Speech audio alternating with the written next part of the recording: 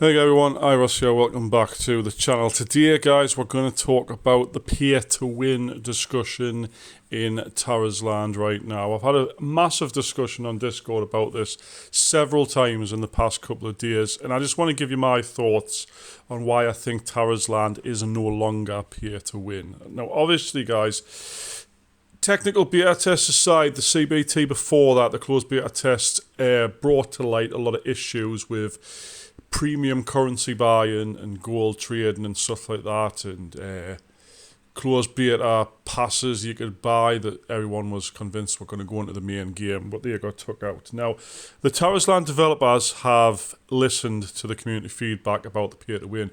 Obviously, before the first closed beta test, the game was announced to be completely free to play. There'll be no pay to win aspects, everything will be cosmetic, and when it actually came, they deleted all that and claimed otherwise. But now it seems like they've went back on that again and changed it for the better.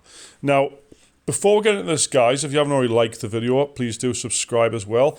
I'm going to give you what our class is a pay-to-win mechanic, right?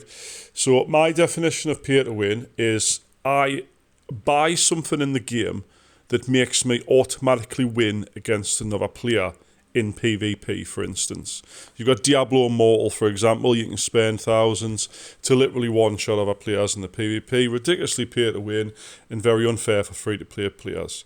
Now, when it comes to Tarisland, you've got, I think, one system where you can buy stats, and that's it, one system. So you can buy crystals in-game, transfer that to gold, and you can buy gemstones off the player auction house, which you can then socket into your gear, okay? So you might get plus 10 stamina or plus 20 strength or something like that in one item of your gear.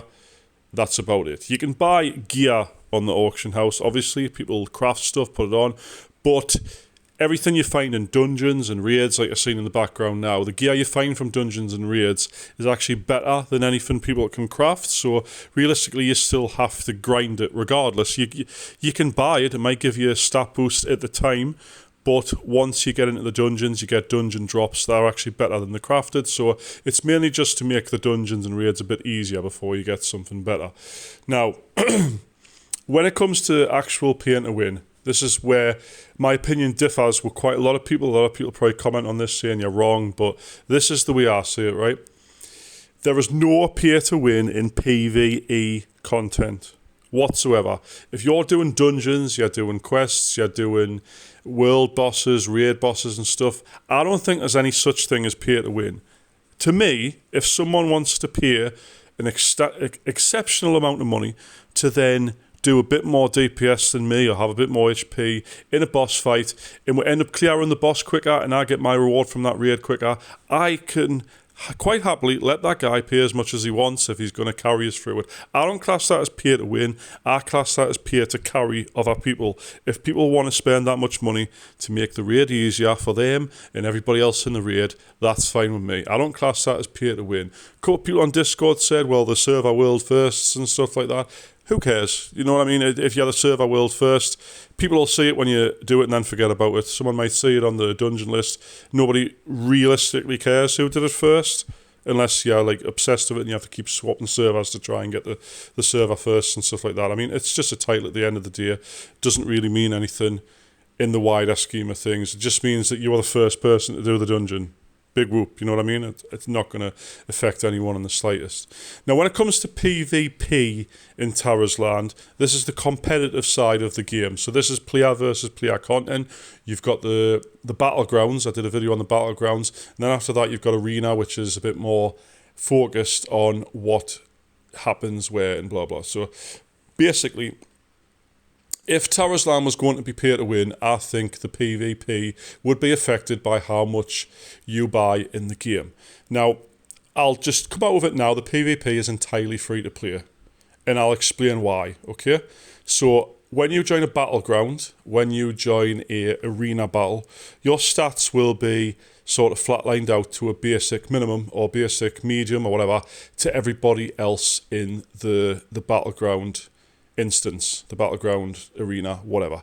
The only thing that affects it is your PvP rank.